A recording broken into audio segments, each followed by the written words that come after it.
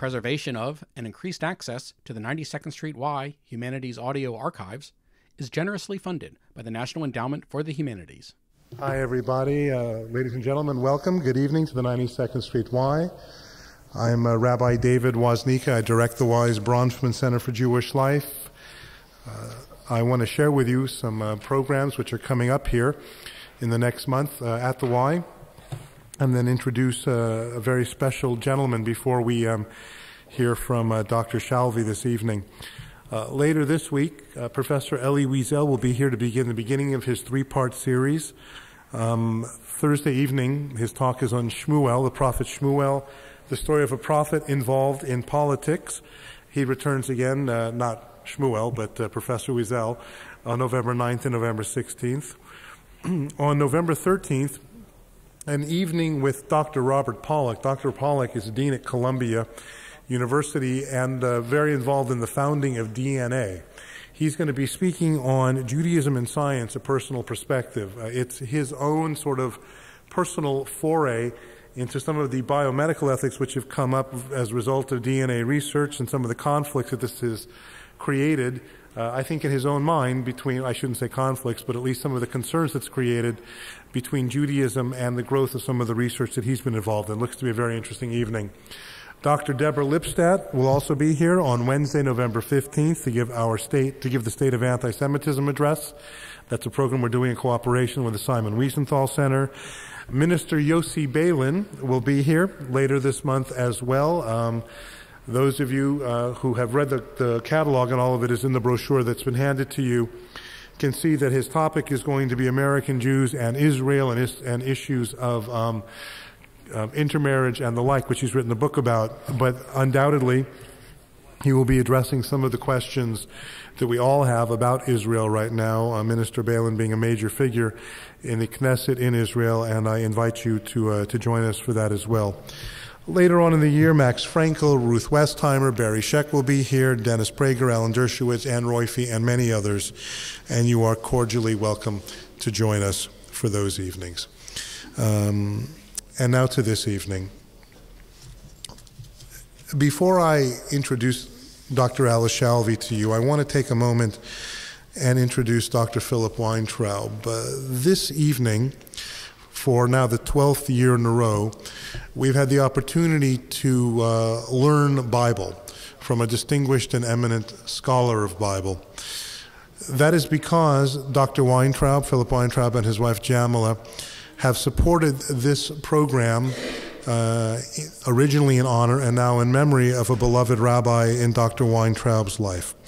He's going to share a thought. I've asked him to share a thought about that with you, but I want to tell you from my personal perspective, the Weintraubs are wonderful supporters of the 92nd Street Y, as Jamila has put it just this evening. This is their second home in so many ways, and on a more personal level, I feel very privileged to be among their circle of friends and to have the opportunity to introduce them. So please join me in welcoming Dr. Philip Weintraub.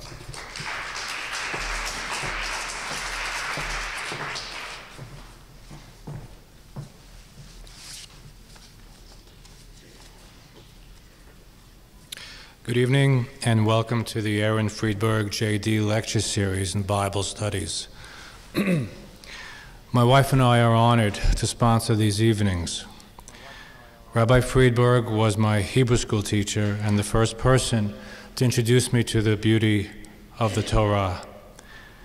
Rather than just fulfilling his obligation by teaching students a Haftorah, he went a step further by sharing with us his passion, the Bible. I lost touch with Rabbi Friedberg a short time after my bar mitzvah in 1969. Sometime thereafter, I remember hearing rumors of his death. I completed my cardiology training in 1985. The following year, I received a phone call from a colleague at another hospital asking me to accept the transfer of a patient with coronary insufficiency. Being new in practice, of course, I did not hesitate in saying yes. I requested the name of my new patient and was given the name Aaron Friedberg. I paused for a second, wondering if the same name would represent the same person. I then asked if this man was a rabbi. My friend, without putting down the telephone, gazed over his shoulder at the patient, did not see a long beard, a long coat, or a large entourage, and concluded that he was not a rabbi. I made the necessary arrangements for his transfer and waited with great anticipation for him to arrive. I can still recall walking off the elevator towards his room and becoming overcome with great emotion. I knew that I would have a date with destiny. Yes, it was my Hebrew school teacher, very much alive but in great danger of having a massive heart attack. After a stormy month of hospitalization, I succeeded in stabilizing his condition. I was so proud to have been a part of the process and grateful for the time to renew our relationship. A warm friendship ensued, anchored by our mutual realization that we had made a major impact on each other's lives. Unfortunately, Rabbi Friedberg died suddenly in 1994. My only regret was that his advanced age and fragile health denied him the opportunity of physically attending one of these great lectures. I recognized early that Rabbi Aaron Friedberg's passion for the study of Bible must be perpetuated. My wife and I would like to thank Rabbi Woznicka and the 92nd Street Y for affording us this privilege and by keeping Aaron Friedberg's message alive. I will now allow Rabbi Woznicka the great honor in introducing our guest speaker, Dr. Alice Shalvey. Thank you.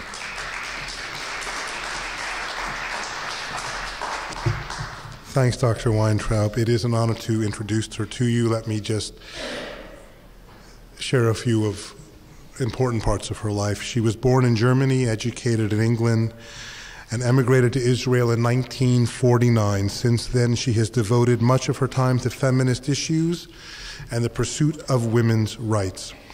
From 1994 through 1997, Dr. Shalvey served as the founding chairwoman of the Israel Women's Network, which is Israel's major advocacy group on women's issues. She now serves as the organization's honorary president. 10 years ago, she retired from a 40-year career in academia. During those 4 decades, she taught at the Hebrew University of Jerusalem, and in 1997 was appointed rector or the academic head of the Seminary of Judaic Studies in Jerusalem. She is widely recognized for her accomplishments. In 1978, won the President's Award for Outstanding Contribution to the Quality of Life in Israel. In 1994, she was the first recipient of the New Israel Fund's Israel's Women's Leadership Award, which now bears her name, and she has received honorary degrees from the University of Judaism in Los Angeles and Gratz College in Philadelphia. She broadcasts regularly on Israeli radio, makes frequent television appearances, and lectures on social, educational, and feminist issues both in America and around the world. This evening, her topic is Challenging the Man of God, a Paradigm for Contemporary Judaism. Dr. Shalvey has been here on a number of occasions during my tenure at the 92nd Street Y. I always look forward to learning from her. She is just absolutely wonderful. You are in for a treat. Please join me in welcoming Dr. Alice Shalvey.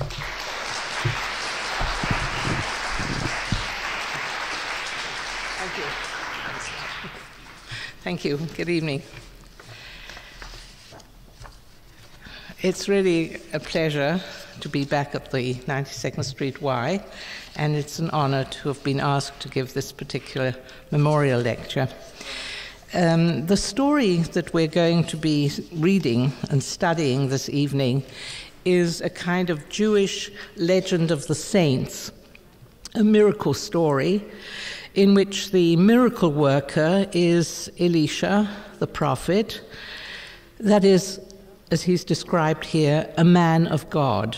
And in this case, he's a nomadic man of God who wanders around. If you read the chapters that come immediately before and immediately after the chapter that we're going to be dealing with, or the portion of the chapter we're going to be dealing with, you'll see that he is constantly wandering from place to place. And in fact, his main role in the biblical text is the performance of what one might call rather minor miracles.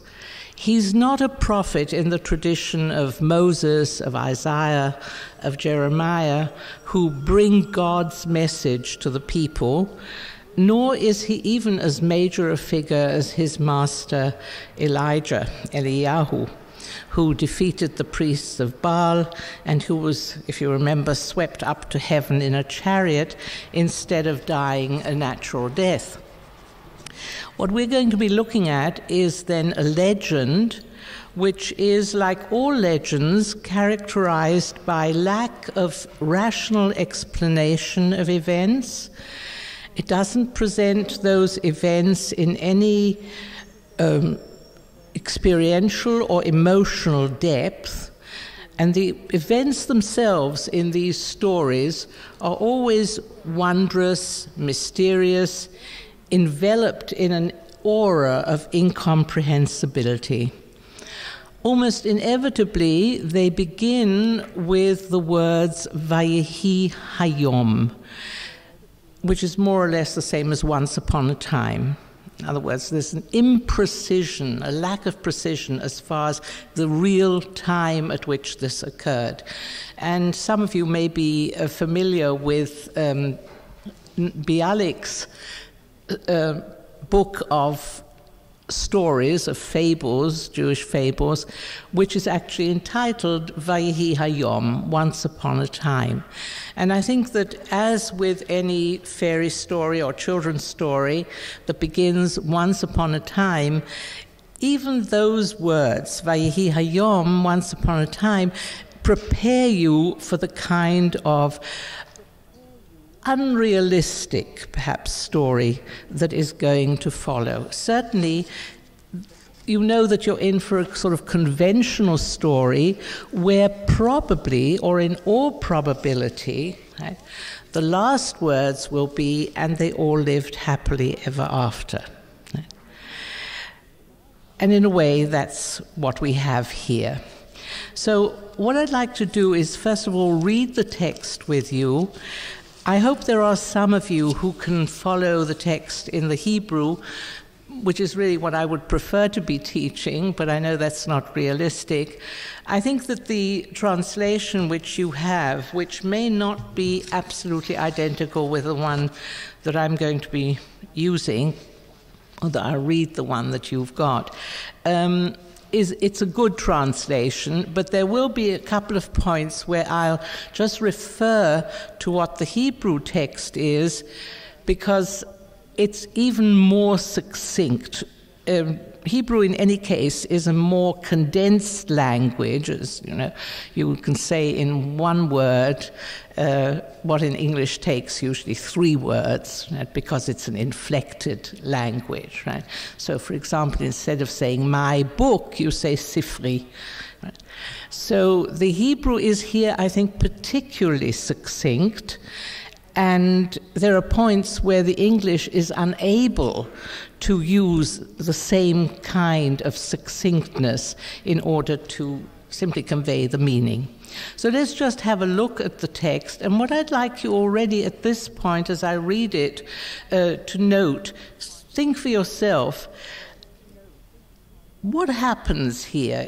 You'll see that the story divides fairly naturally into a series of what you might call scenes or acts. If it were a play, there would be very distinct acts which have a beginning and an end, which sometimes move in time from one time to another time later on, and which move from place to place. So that's one of the things I'll be talking about, the way in which the text divides naturally into a series of scenes or acts. But what I'd like you particularly to note as I read is what parts of the story are presented directly in a kind of dramatic form, even of dialogue, what is narrated rather than shown, and most particularly, because I think this is a vital part of the message of the text, right? What do the characters themselves do, right? And on the other hand, what do they ask other people to do for them? Where does a character use an emissary, a shaliach, right? A messenger, a substitute for himself or herself? Right? And where does a character act himself or herself? So now let's look at the text. One day, Elisha visited Shunem. A wealthy woman lived there, and she urged him to have a meal. And whenever he passed by, he would stop there for a meal. Once she said to her husband, "I'm sure it is a holy man of God who comes this way regularly. Let us make a small enclosed upper chamber and place a bed, a table, a chair, and a lampstand there for him, so that he can stop there whenever he comes to us." One day he came there. He retired to the upper chamber and lay down there. He said to his servant Gehazi, "Call that Shunammite woman." He called her, and she stood before him. He said to him, "Tell her, you have gone to all this trouble for us. What can we do for you? Can we speak in your behalf to the king or to the army commander?" She replied, "I live among my own people." "What then can be done for her?" he asked. "The fact is," said Gehazi, "she has no son, and her husband is old." "Call her," he said. He called her, and she stood in the doorway. And Elisha said, "At this season next year, you will be embracing a son." She replied, "Please, my lord, man of God, do not delude your maidservant." The woman conceived and bore a son at the same season the following year as Elisha had assured her. The child grew up. One day he went out to his father among the reapers. Suddenly he cried to his father, "Oh, my head, my head!" He said to a servant, "Carry him to his mother." He picked him up and brought him to his mother, and the child sat on her lap until noon, and he died. She took him up and laid him on the bed of the man of God, and left him and closed the door. Then she called to her husband, "Please send me one of the servants and one of the she-asses so I can hurry to the man of God and back." But he said, "Why are you going to him today? It is neither new moon nor Sabbath." She answered, "It's all right." Now let me just here, the Hebrew for where you have "it's all right" is shalom, right? Which is not only much more succinct, but I think means something a little different. She had the ass saddled and said to her servant, "Urge the beast on, see that I don't slow down unless I tell you." She went on until she came to the man of God on Mount Carmel. When the man of God saw her from afar, he said to his servant Gehazi, "There is that Shunammite woman. Go, hurry toward her and ask her, 'How are you? How is your husband? How is the child?' 'We are well,' she replied." And there again, the Hebrew text is shalom. But when she came up to the man of God on the mountain, she clasped his feet. Gehazi stepped forward to push her away, but the man of God said, "Let her alone, for she is in bitter distress, and the Lord has hidden it from me and has not told me." Then she said, "Did I ask my Lord for a son? Didn't I say, 'Don't mislead me'?" He said to Gehazi, "Tie up your skirts, take my staff in your hand, and go. If you meet anyone, do not greet him. And if anyone greets you, do not answer him. And place my staff on the face of the boy." But the boy's mother said, "As the Lord lives and as you live, I will not leave you." So he arose and followed her. Gehazi had gone on before them and had placed the staff on the boy's face, but there was no sound or response. He turned back to meet him and told him, "The boy has not awakened." Elisha came into the house, and there was the boy laid out dead on his couch. He went in, shut the door behind the two of them, and prayed to the Lord. Then he mounted the bed and placed himself over the child. He put his mouth on his mouth, his eyes on his eyes, and his hands on his hands as he bent over it, or over him. And the body of the child became warm. He stepped down, walked once up and down the room, then mounted and bent over him. Thereupon the boy sneezed 7 times, and the boy opened his eyes. Elisha called Gehazi and said, "Call the Shunammite woman." And he called her. When she came to him, he said, "Pick up your son." She came and fell at his feet and bowed low to the ground, and then she picked up her son and left. Now, if we look at that story a little more closely, as I said, it seems to me to divide into a number of scenes or acts. The first part is the prologue, right, which tells us simply that Elisha visits Shunem, right, and that he is invited to a meal in the first instance by a wealthy woman.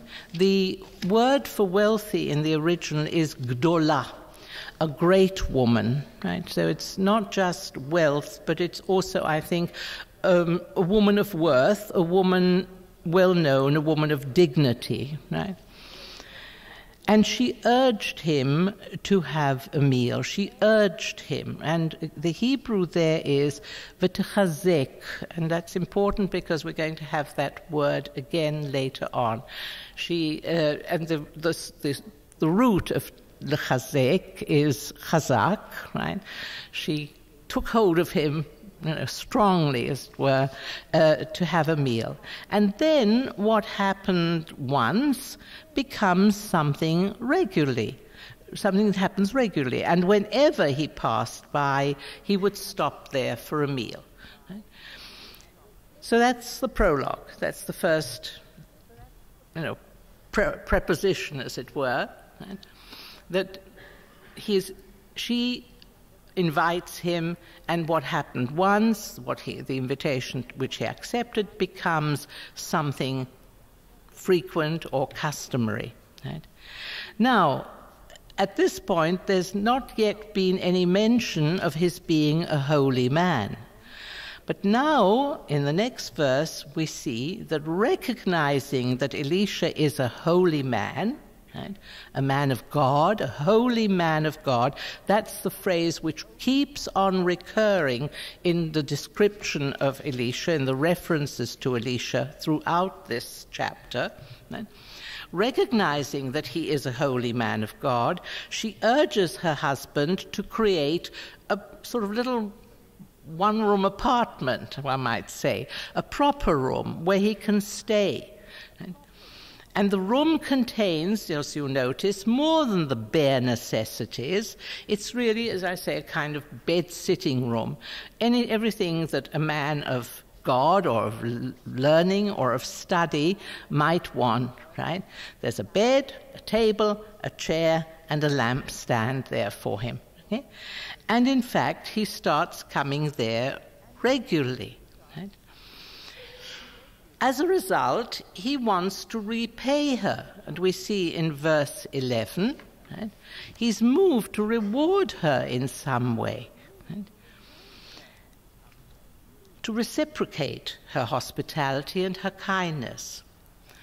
through his messenger, the emissary, his servant Gehazi, he asks her what he can do for her. And notice what it is that he suggests that he might be able to do. Can we speak in your behalf to the king or to the army commander? In other words, what he's suggesting is what we in Israel call protectia, intervention on her behalf with the authorities. But notice two things. First of all, he has pull with the authorities. This is something that he can offer. But the second interesting thing is that these are secular authorities with whom he offers to intervene on her behalf. But she declines that offer. Why? I live among my own people. Now that's an interesting phrase. What does it mean? It can mean, I don't need your help. I'm well enough known here. Right? This is my people. They know who I am, and there's nothing more that I need you for. Or it may just be, I'm quite a modest person. I don't need any intervention of any sort. Right? In any case, this is not something that he can do for her.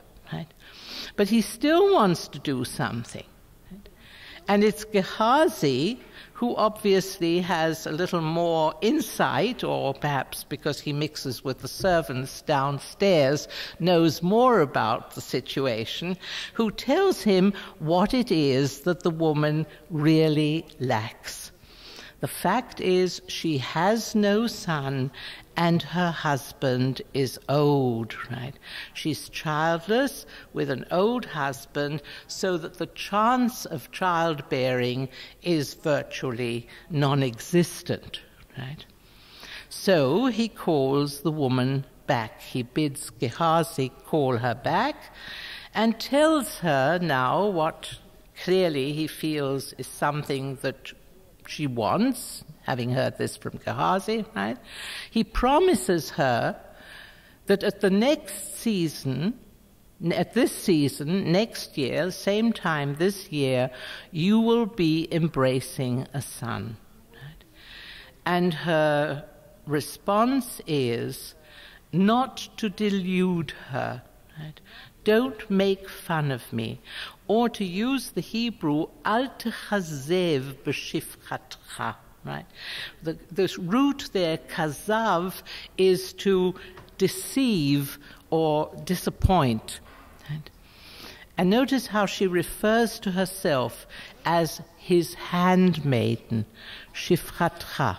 Right? Stressing again her sense of being inferior to him, even though she is a worthy woman, a rich woman, Isha Gdola, who doesn't need his intervention with the authorities.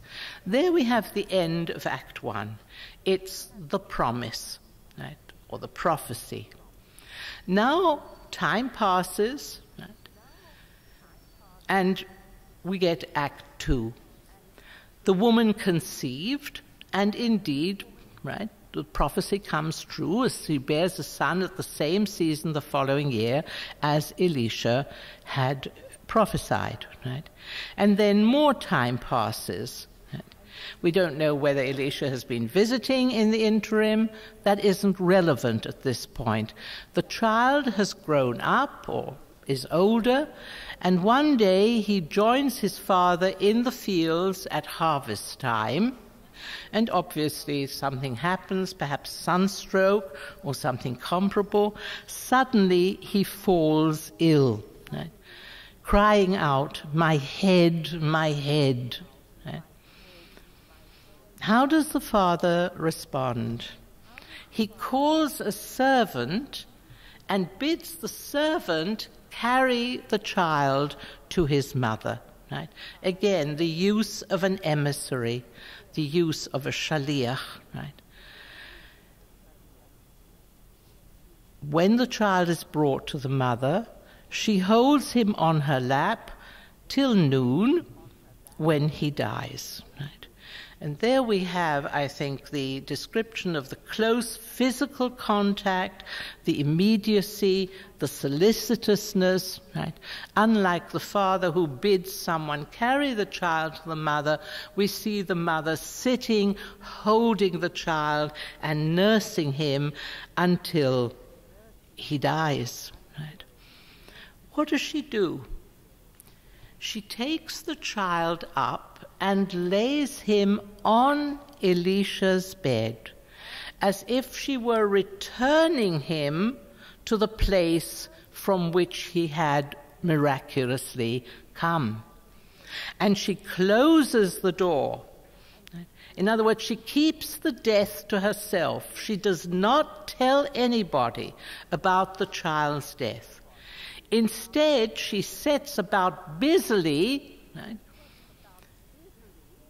demanding assistance in making the preparations for going to see the Ish Elohim, the man of God. Right? She asks for a servant, she asks for an ass, in order instantly to go to him and back. And she doesn't tell her husband that the child is dead. I think that's very, very important. Right? It's rather like, and later on I want to go on with that parallel, the way in which Avraham never reveals to Sarah that he is taking Isaac to sacrifice him. Right? The husband is mystified. He can't see why she should be going to the man of God. There's no reason for it. And it's interesting to note when one might logically go to visit a man of God, right? On Shabbat or on Rosh Chodesh. And today, having been Rosh Chodesh, it's perhaps appropriate that we're reading this story, right? And she answers laconically, right? Shalom. Right? Don't bother me. Just let me get on with it, right? And the brevity there is also, I think, important, because she's in a hurry, she wants to get on, she wants to go on her journey, right? And off she sets, still without having told anybody about the child's death. She had the ass saddled and said to her servant, "Urge the beast on, quickly, see that I don't slow down unless I tell you." Now we come to Act 3. The demand that she makes, the reason why she goes to see Elisha. And here we have a change of place. We're now at Mount Carmel, which is where Elisha lives when he's not wandering around performing his miracles. Recognizing her from a distance, Elisha sends Gehazi, there's the shaliach, the emissary again, to ask, notice the order, to ask how she is, how her husband is, how the child is, right? So he knows she's had a child, whether because he's been visiting in the interim or because he assumes that his prophecy was indeed fulfilled, right? And as she answered her husband, right, she answers laconically, Shalom. That's when Gehazi speaks to her. But when she reaches Elisha, right, her behavior and manner change to one of pleading and urgency. Right? She throws herself at his feet and she clutches him. And again, this is where the word v'techazek, just in the first verse, right, where she had urged him to stay, v'techazek bo. Right? Here also the Hebrew text uses the word techazek baraglav. She grasps, she clutches at his feet. Right? And when Gehazi steps forward, astonished, appalled at this familiarity, right, this familiar gesture of actually grabbing as well, clutching at his master's feet, right, Elisha deters Gehazi, recognizing the woman's distress, right, and here's the man of God, confessing his limitations, right, confessing his ignorance of the reason.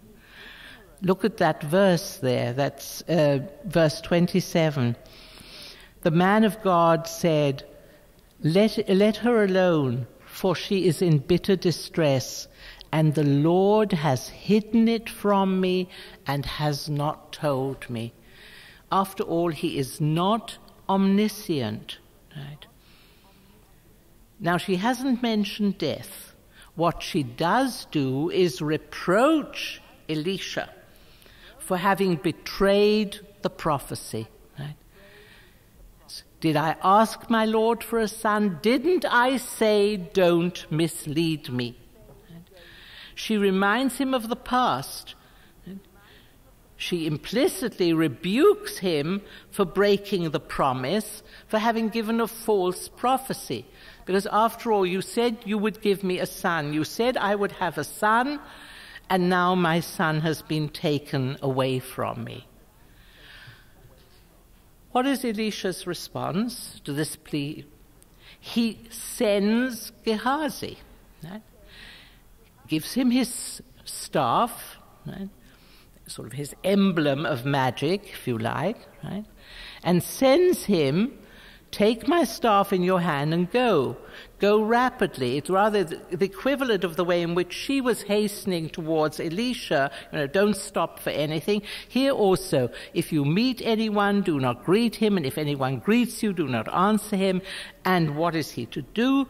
Place my staff on the face of the boy. In other words, the assumption is that this magic staff is going to bring the child back to life, right? To revive him. But this is not good enough for the Shunammite, right? She will not allow him to get away with that. She insists, swearing by God and by Elisha himself, that he himself come. Right?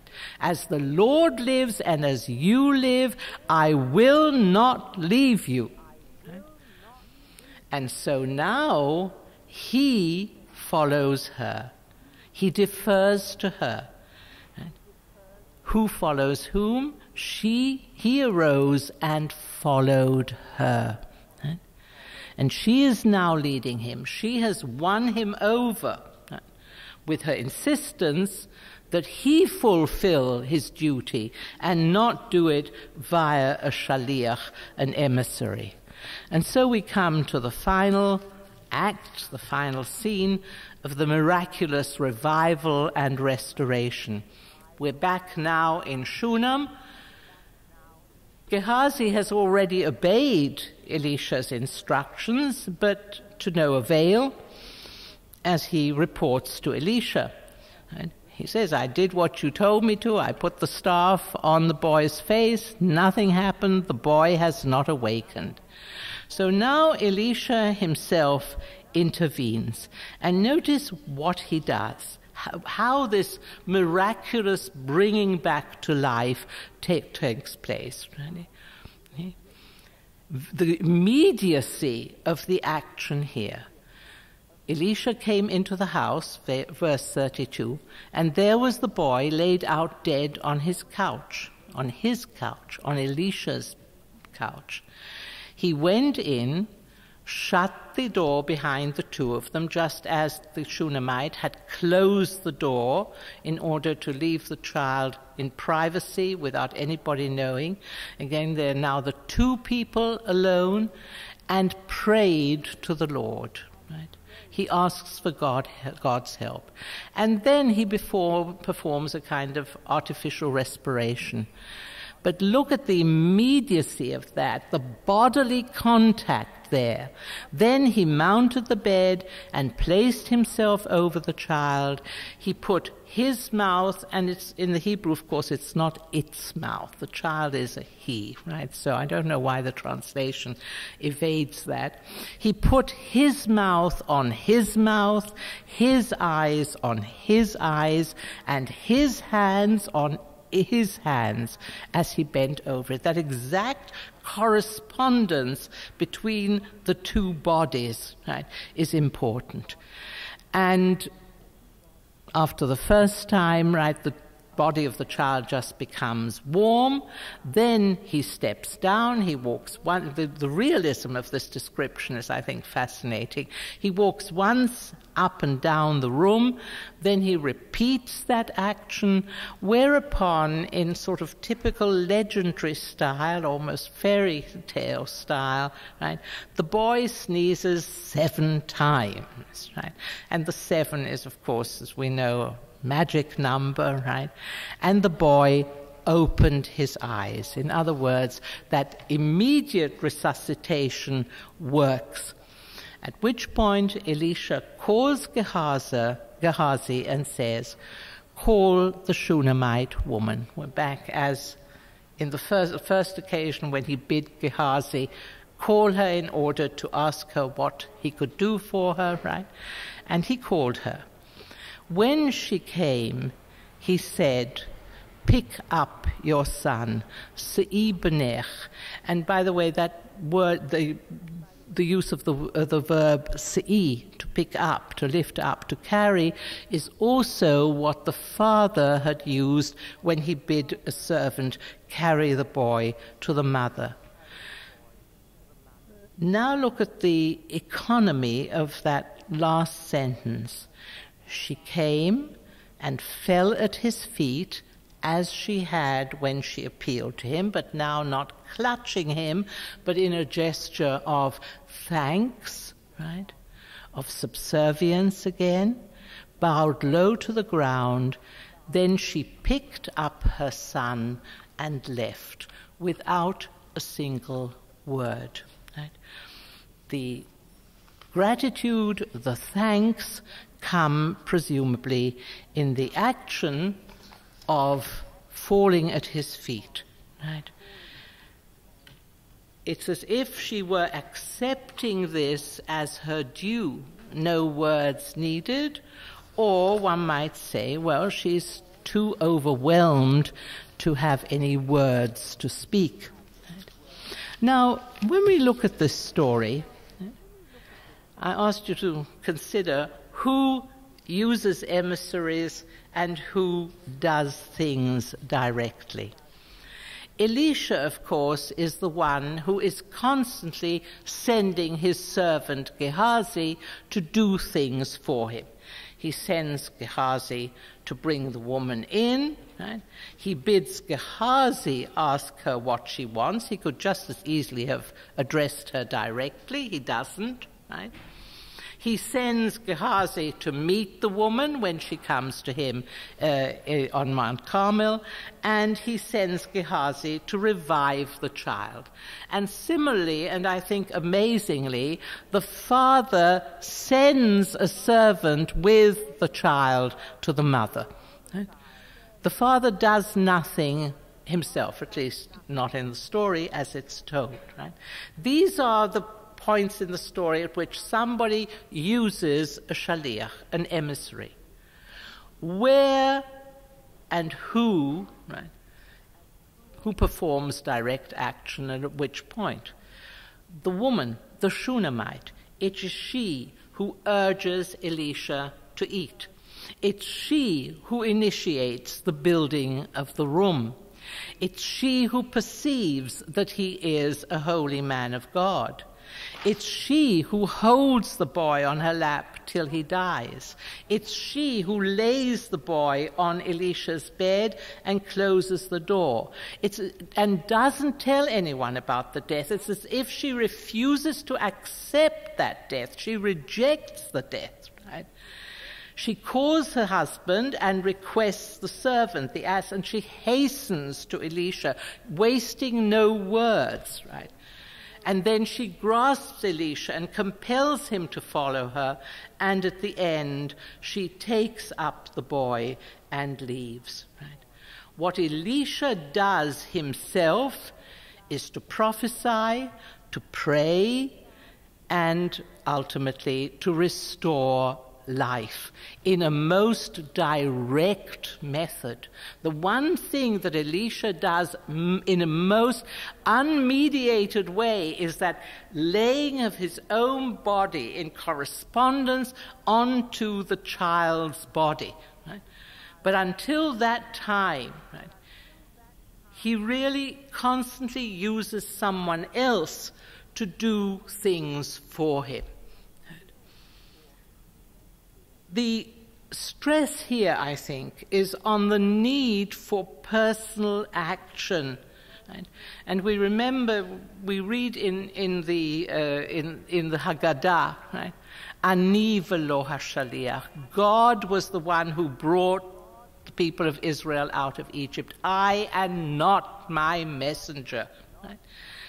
The need to act oneself in person, personal responsibility. This, I think, is what is being conveyed in the story, even in bringing out the failings of this holy man, until the Shunammite demands of him that personal, direct action. And it's very interesting, I think, to notice the change in the relationship between the Shunammite and Elisha. If at first, right, the respect is indicated by distance, when she's first called by Gehazi, she stands at the door of Elisha's room and doesn't even come into the room. Right? Once she has her demand to make of him, she throws herself at his feet and clutches him, right? And that so appalls Gehazi that he tries to push her away.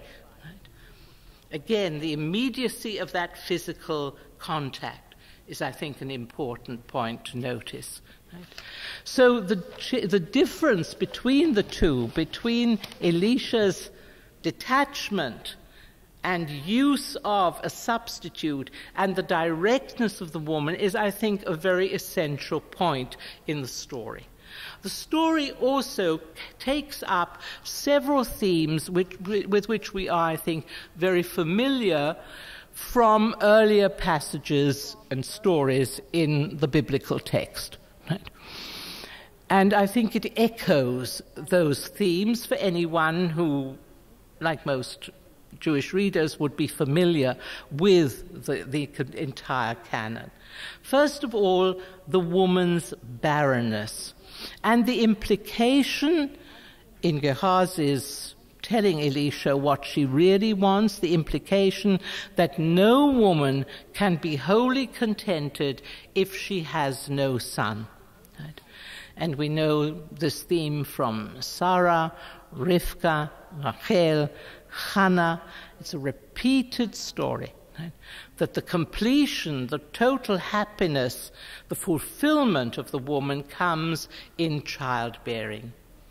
The second theme also is that the child is given as a reward for righteousness, specifically the mitzvah of hospitality, of generosity, of hachnasat orchim and tzedakah, as with Abraham, the hospitality towards the three angels or messengers, Rebecca towards Eliezer. This is a prime quality which is constantly recognized as a true virtue in our texts. But on the other hand, by corollary, right, as opposed to this theme of the fulfillment of a woman's desires to bear a child, we have the theme of deprivation or loss of a beloved child. And I think we don't often enough devote thought to how frequently, particularly in Genesis, parents lose children. What the chapters we just read this past Shabbat, the story of creation, of the first births, of the first brothers, Eve loses her son Abel. Right? Both Adam and Eve lose their sons, but it was Eve who gave birth. Right? And then Cain is cast out. So the first two sons are actually lost to their parents, one through death, the other through this terrible exile. Right? Sarah loses Isaac. When we look at the biblical text, we note that Sarah's death is reported immediately after the story of the Akedah. And in fact, the Midrash indicates, it has several interpretations of that, one of them being that her heart broke when she realized what had happened, that Satan came to her and told her that Abraham had taken Isaac in order to kill him, and she doesn't know that Isaac has been saved, right? But in actual fact, the interesting, however we interpret it through Midrash, the point is that Sarah loses Isaac. We do not hear of Isaac being reunited with his mother once he and Abraham return from Mount Moriah. Abraham doesn't lose Isaac, but he does lose his older son, Ishmael, right, whom he is bidden to cast out. Rebekah loses her favorite son, Jacob. Right?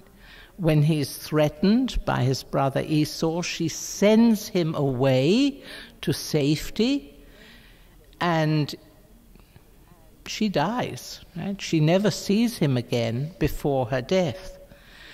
Jacob loses Joseph. He is ultimately reunited with Joseph, but we remember the terrible bitterness of his grief, right, when he talks to his other sons and says, "You've sent me down into the netherworld, she'ola, yaradti she'ola," right, into the underworld of grief. Hannah ultimately has to give up Shmuel, whom she so prayed to, because she made a vow that if she had a son, she would bring him to the high priest to serve in the temple. And that recurring theme of, on the one hand, having a child, and you might also, by the way, if we go beyond Genesis and beyond Hannah, also think of Yocheved and Moses. Right? Moses, albeit kept alive by being put in the bulrushes and being found by Pharaoh's daughter, right, and perhaps being suckled by his mother, but then growing up in the court of Pharaoh so that she doesn't have the joy of his constant presence. So that interesting theme of, on the one hand, fulfillment of desire for a child, but on the other hand, the loss of that child. Right? Now, the difference in the present treatment of this theme in the chapter that we've been looking at is that the nameless Shunammite woman refuses to accept her loss. Right? She reverses the Akedah story, right? Insisting on the fulfillment of the prophecy or the promise. She holds Elisha, and through Elisha, God, to his word, right? Just as she had bidden Elisha in the first instance when he promised her a son, right? Don't deceive me. Right? And then when she comes to him, he said, "Didn't I tell you not to deceive me? I will not accept this." And I think it's very significant, right, from that point of view, that she takes the child to Elisha's bed, right, and makes that connection. This is where you came from. This is the person who promised you to me. And then the child is revived by the promise where he made the promise. You do not take back a gift. Neither God nor one of his emissaries has the right, she is implying, to renege on a promise and to take back the fulfillment of that promise. So it's an absolute reversal of the Akedah. Now we read this chapter, we'll be reading it in a couple of weeks' time. This constitutes the Haftorah of the Shabbat on which we read the story of the Akedah, of the sacrifice or the near sacrifice, the binding of Isaac, right? And I find that a very significant choice. Because if the hero, the major protagonist in the Akedah is Abraham, with his obedience to God, his unquestioning obedience to God, right? Even though the Midrash says that he hesitated, and that's why God had to say, take your son, your only son, loved son, Isaac, right? And that every time he has to make another description till he finally gives the name, because Abraham says, well, I've got two sons, which one is it? And I love both of them, and so on. Nevertheless, right, Abraham's response is, at it almost always is when things refer to himself, apply to himself and his own destiny, right? Hineni, here I am. The obedience, just lech lecha. And it's interesting that the phrase lech lecha, which is first used when God bids Abraham, go forth, go out, right, from your father's house, and so on, right, is repeated in the Akedah with the binding of Isaac. Right? When he calls on, lech lecha, go to Mount Moriah in this case. Right? It's the two occasions on which that phrase occurs. And Abraham responds obediently. And the question that arises in my mind, would Sarah have responded the same way if God had asked her to sacrifice Isaac? Or would she have responded like the Shunammite, and is that why we read this story on the same Shabbat, by saying, oh no, right, you promised me this child, right?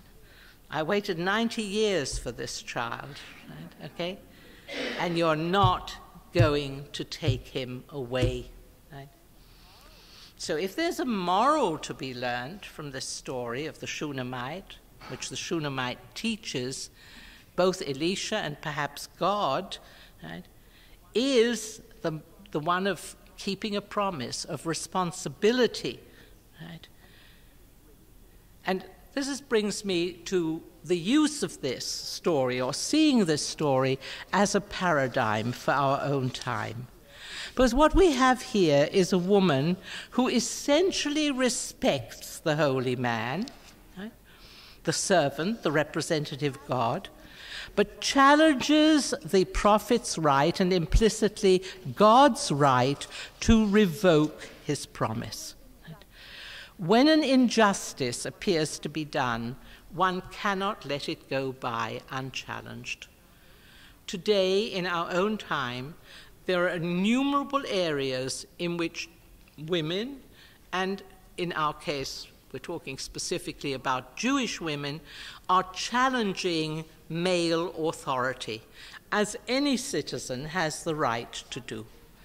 They're challenging male and particularly rabbinical authority on the issue of women's role and status in Torah study, a long struggle which is now finally reaping its fruits, with our seeing more and more women who are skilled, who are knowledgeable in Torah, as knowledgeable as very many men who have been ordained as rabbis. Right? On the issue of women's role and status in ritual and in worship, right, where much more has been achieved, at least in the non-Orthodox movements, right, in recent years, and among Orthodox women in separate ritual.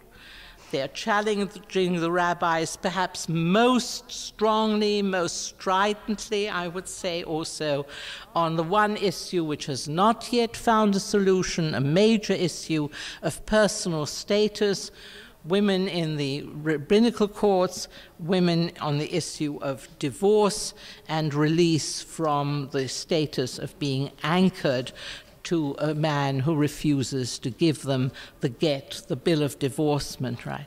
And here we have not yet seen true resolutions of that problem in the Orthodox world. The imperative, I think, which we learn here, right, is to challenge authority, male authority in this case, rabbinical authority if you like, right? But to challenge that authority in all areas where we feel that injustices are being committed, right? Whether it's in government, whether it's on social issues, whether it's on discrimination of all kinds, not only against women, but against minorities, against those who are disadvantaged, right? Whether it's on the issue of war and peace, right? And if one can draw a comparison, a parallel with what is currently happening in my own part of the world, in Israel, between Israel and the Palestinians, we know, and I know from personal experience, that even now many women's groups, dialogue groups, are still meeting in an attempt to keep the dialogue between the two sides going, right? Somehow to find common ground, right? In order, I would hope, ultimately, to impact in one way or another on the men who are in charge of the military aspects of the conflict, right?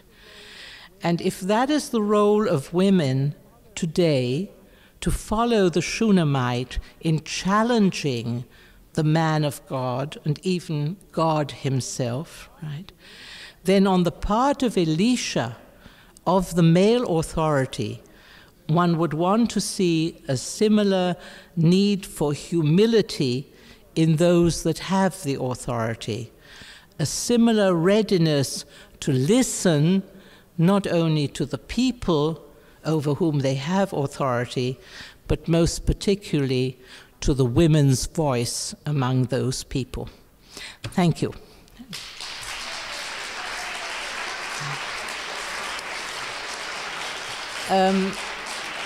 I think I can take some questions or comments. Just, I think I can just about see you. I think other yes, gentleman in the back.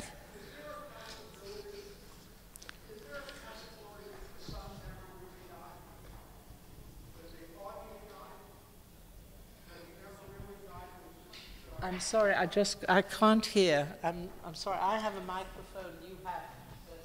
Is there a possibility in the story that the son really never died? But it was unconscious of something that he wasn't really dead? Yeah. Yes. Well, except that it says she held him on his lap until he died. I know that's what it said. Yeah, you mean that he might just have been unconscious. And she thought he was dead, and I think that's the important thing, right?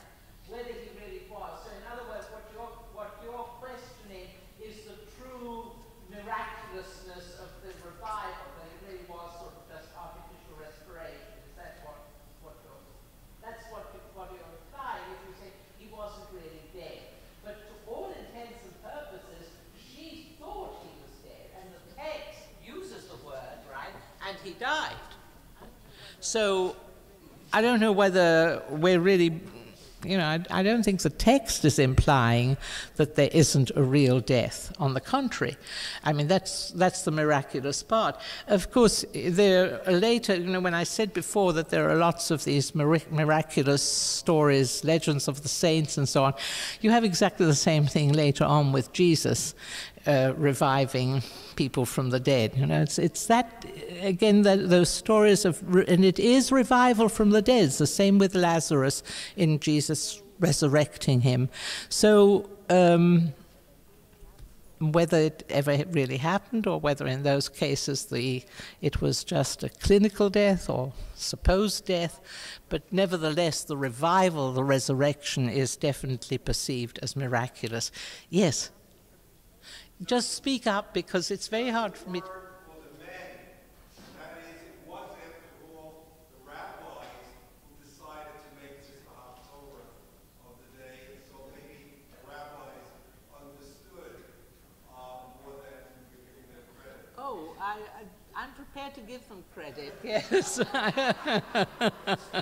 I'm prepared to give them credit for putting it into the Masorah, and I think whoever chose this as the Haftorah for the Akedah was very brilliant. But the interesting thing is that, I haven't read everything on the subject, but what made me queer, put it together. I've never before heard anyone see this story as the reverse, as it were, the obverse of the Akedah, but rather a repetition that, okay, this person loses a son, this person loses a son. I think the fact that here the major protagonist and the person who teaches the lesson is a woman is very important, so that it is a reversal. So yes, I mean, obviously, I'm far from condemning all men. I really don't get me wrong. I'm talking about rabbinical authority and the general status of women in Judaism, and even up to, in Orthodox Judaism, even up to our own time. And would that everybody, every rabbi, were ultimately as understanding as Elisha was, by saying, okay, she's right, I have to do what she says. Yes. Anybody else? Yes.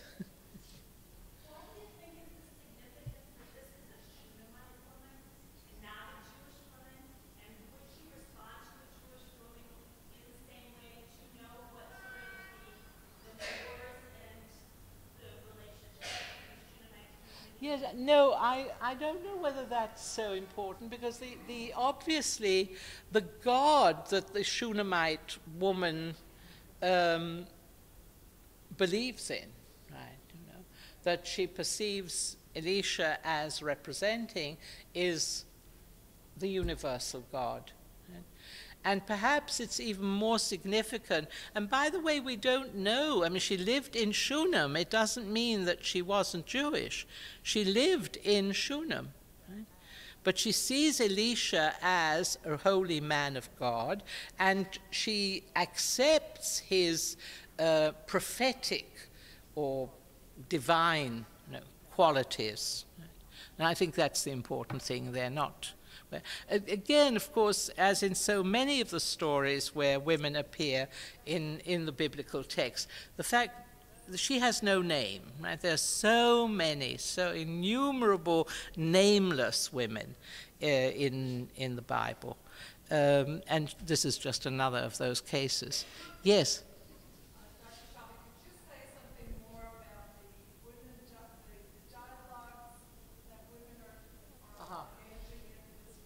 Yes, the dialogue between Israeli and Palestinian and Jewish and Arab, let me make that distinction, right? Although the Israeli Arab citizens increasingly refer to themselves also as Palestinians with Israeli citizenship. This has been going on now for many years, and most vigorously since the outbreak, shortly after the outbreak of the Intifada. From 1988 on, there have been groups of Jewish and Muslim women, Israeli and Palestinian women, meeting to engage in dialogue in an attempt, A, for each side to present its views to the other, and in consequence, B, to attempt to understand the other side better. And although these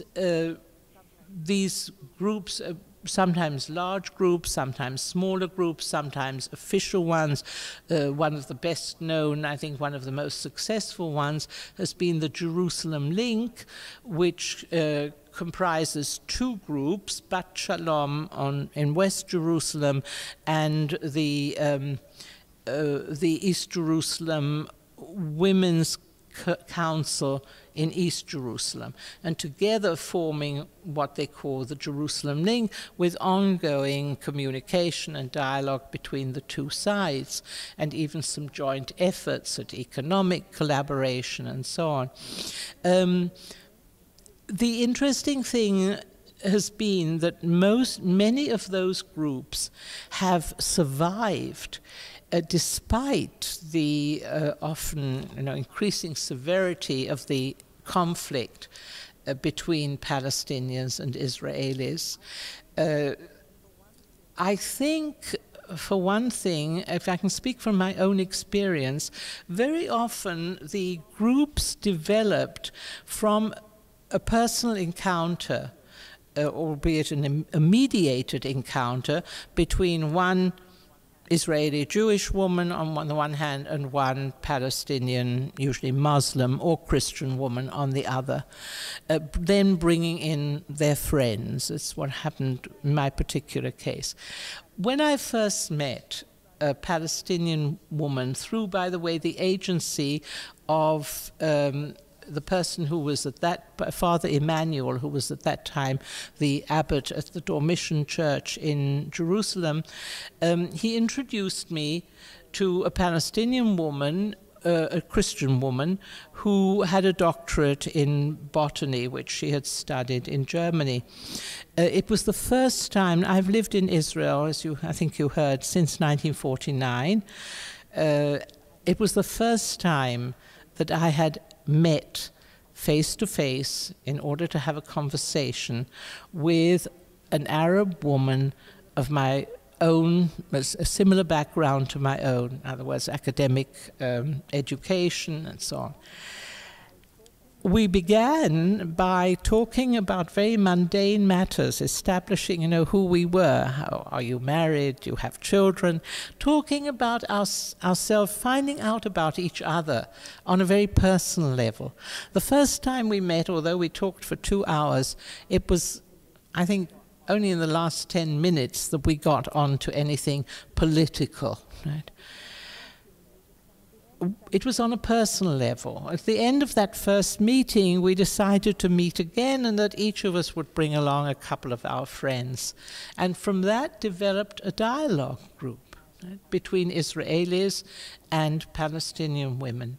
And I think the fact that we tend, in the first instance, some people think this is a weakness on women's part. They're always talking on a personal level. They never get abstract. And I think that's our greatness. I think, or let's say that's our advantage. Right? That the personal comes first, but as all good feminists know, the personal is the political. Right? And we humanize the other side. We don't demonize. And that acquaintance, that I learned a lot of lessons through these dialogue groups. And then in 1988, a short time after the outbreak of the Intifada, through the mediation of a Jewish family, the Zuskins in Brussels, a number of us attended a fascinating dialogue meeting between Jewish women from Israel and the diaspora, and Palestinian women from Palestine and from their diaspora, some of them from the United States, in fact. And the dialogue consisted of alternate, each of us had 5 minutes to speak, and it was alternately Jewish or Israeli and then Palestinian.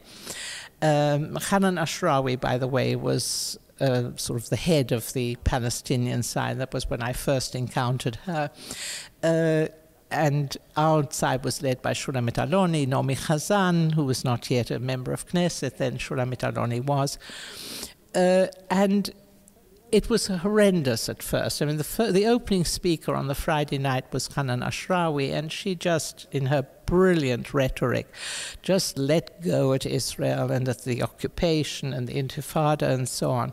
And this acrimonious tone went on also on Shabbat morning until about 11:30, and I thought to myself, well, if I weren't Shomeret Shabbat, if I weren't Sabbath observant, I would just pick myself up and go right back, because it seemed so pointless. We were just shouting against, not shouting, but talking against each other. And then came a very interesting exchange, a series of little talks, vignettes by people. First of all, a Jewish woman from France who had lived under the Nazi occupation, actually had been imprisoned by the Gestapo, tortured by the Gestapo, spoke about the need for a Jewish state so that the Holocaust should never reoccur, right? That we needed a safe place of our own. And then a little later, Hannah Maron, one of our outstanding actresses, described how the plane on which she was traveling in Munich was attacked by terrorists, and there's a horror of having someone stick a gun in her face and say, "I'm going to kill you." In the end, she lost a leg as a result of that particular terrorist attack. And that was countered by the late Marie Kass, a remarkable woman from Gaza who ran a series of kindergartens for children there, who talked about the horrors she had experienced of Israeli soldiers chasing somebody into the courtyard of the kindergarten and beating him viciously in front of all the young children that she cared for. And I remember she said, "Don't come to me with your Holocaust stories. We have our own Holocaust." Right? And it looked as though this was going to go on for the whole of the day, until just at that point, a wonderful woman called Suad Amari, who was a professor of architecture at Birzeit, got up and, turning first to her fellow Palestinians, said, "We have to know about the Holocaust. We must listen to the experiences of the Holocaust, because not only will that listening help us to understand the Jews' need for a homeland, but it should also make the Jews understand our need for a homeland." And that sort of empathy, that suddenly looking at things from the other side, turned the tide of the whole of the rest of the conference, so that we concluded, and this was in the spring of 1988, we concluded that conference on Saturday night with an 8-point declaration, the first point in which was that each side recognizes the right of the other to an autonomous, independent state within the territory of Palestine, right, Eretz Yisrael. Now, the fact that we were able to achieve that, right, is, I think, astounding. But even the sad part is that, of course, we did not have the power to go back to our respective male authorities and say, "Look, here are the grounds for a settlement. Listen to what the women are proposing." We actually anticipated Oslo, Camp David, right, 12 years ago. But the trouble is that male authority, which so often stems from a military career and a military outlook and a hierarchical outlook, right, simply does not heed women's voices. And I think this is really the tragedy of our time at the moment. I think what we need, and where it has succeeded, as many of you know, is with the withdrawal from Lebanon. The withdrawal from Lebanon, everybody knew that it had to happen, but it was the women's movement which began with the four mothers, and their mothers who objected to their sons serving in Lebanon, right, that finally persuaded our Prime Minister, Barak, to leave Lebanon. I don't say it was the only factor, but it was a very important creation of a popular groundswell of feeling against continuing to lose lives in Lebanon that did it, right? It's the women saying, we got the children, we had the sons, we refused to let them die and be killed, right? I think this is women's message as I see it. And the fact that there are so many women's protest groups, women's dialogue group going on, makes me more and more convinced of the tragedy of the fact that it isn't women who are really ultimately making the decisions, setting the tone. The fact that there hasn't been a single woman involved in the peace negotiations, right, I think is a terrible failure, a loss. I think we could have gone further than we have done in reaching some kind of agreement if there had been more women involved. So it's a rather long answer to your question. So I think that's it. I'm here still. If anybody wants to ask me a question personally, please do so. Thanks for listening. For more information on the 92nd Street Y, New York, and all of our programs, please visit us at 92ny.org.